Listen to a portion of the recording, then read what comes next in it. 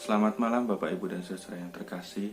Shalom, salam damai sejahtera dari Tuhan Yesus Kristus bagi saudara-saudara sekalian. Mengakhiri Rabu malam ini, tanggal 15 April 2020, kita akan merenungkan salah satu bacaan leksionari yang tadi kiranya sudah kita baca bersama-sama dari Yosua 3 ayat 1 sampai dengan 17 yang menjadi bagian atau salah satu bacaan untuk hari ini yang ditetapkan oleh Sinode GKJ. Kalau dari bacaan kita, ada paling tidak dua hal yang bisa kita renungkan. Yang pertama, kita belajar dari cerita Yosua tadi adalah tentang ketaatan.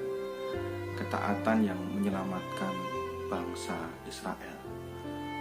Jadi mereka kan mau menyeberang sungai Yordan. Jadi ini mirip kayak ketika bangsa Israel yang menyeberang sungai Laut Teberau gitu ya. Nah ini mereka mau menyeberang sungai Yordan.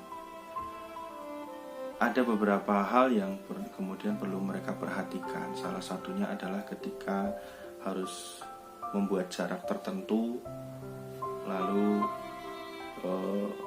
ketika berada di belakang tabut perjanjian itu mereka kemudian harus ngikutin dari belakang.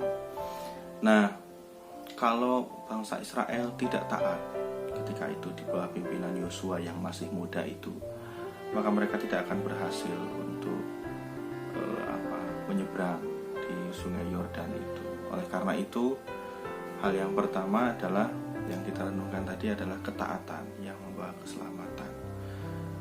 Banyak hal bisa kita wujudkan dalam hal ketaatan. Kita bisa taat dengan berbagai macam cara. Salah satunya yang kita wujudkan karena Allah mewujud dalam diri banyak hal atau banyak peristiwa, bahkan dalam diri banyak orang.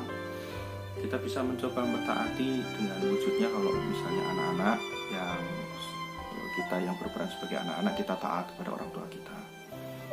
Kita taat dengan aturan pekerjaan, kita taat dengan aturan pemerintah, himbauan pemerintah yang harus menjaga jarak. Kita taat dengan rambu-rambu lalu lintas yang itu gunanya juga untuk keselamatan kita semua. Kita taat dengan himbauan-himbauan dan sebagainya. Ini wujud ketaatan kita yang kita hayati. Ini adalah wujud ketaatan kepada Tuhan. Tidak semau gue. Beberapa waktu yang lalu saya sempat bilang semau gue. Sehingga yang pertama ini menjadi penting untuk kita renungkan. Ketaatan kepada Tuhan ini menjadi penting. Yang kedua adalah, kalau tadi yang pertama adalah ketaatan, yang kedua adalah ketika ada cerita tentang Yosua yang kemudian mengatakan kepada bangsa Israel, jaga jarak dan mari kita jalan bareng sekalipun jaga jarak, karena ke depan kita akan melakukan perjalanan yang kita nggak tahu ke depan itu kayak apa, masa depan itu kayak apa, jalan yang akan kita lewati itu nggak tahu, itu adalah jalan yang baru yang belum pernah kita lewati. Oleh karena itu dengan tabut perjanjian di depan, bangsa Israel kemudian di belakang mengikuti itu menandakan kita berjalan bersama Tuhan untuk masa depan yang tidak tahu kita seperti apa nantinya. Situasi saat ini juga bisa kita refleksikan demikian. Kita dengan banyak keterbatasan dan banyak hal yang harus kita kendalikan diri saat ini. Kemudian kita mungkin berpikir masa depan akan seperti apa ya setelah COVID ini nanti ya. Wabah ini kalau nanti berlalu akan seperti apa ya kehidupan kita ya. Tidak tahu memang. Tetapi paling tidak ketika kita masrahkan kepada Tuhan dan membiarkan Tuhan berjalan di depan kita, bukan ego, bukan keinginan pribadi, tapi membiarkan Tuhan berjalan di depan kita dan kita berjalan bersama dengan Tuhan. Masa depan yang kita nggak tahu akan seperti apa ini niscaya juga bisa kita lewati dengan penuh damai sejahtera. Kita bisa lewati dengan tetap bergandengan tangan, dan kita bisa lewati betapa kita menyaksikan ketika kita melewati bersama dengan Tuhan, ya ampun, bersama dengan Tuhan itu tidak ada yang mengecewakan. Bersama dengan Tuhan, buktinya juga bangsa Israel bisa melewati menyeberangi sungai Yordan di tanah yang kering yang ya ampun ternyata kayak gini kuasa Tuhan.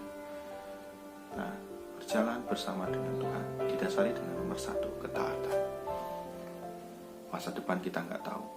Hari ini, setelah wabah ini kita nggak tahu. Bahkan Ini ada yang merancang saudara kita yang misalnya juga mau menikah gitu, masih dalam masa pandemi ini, nanti besok kayak apa acaranya, ya mungkin juga nggak tahu. Tetapi mari serahkan kepada Tuhan dan biarkan Tuhan yang memimpin di depan.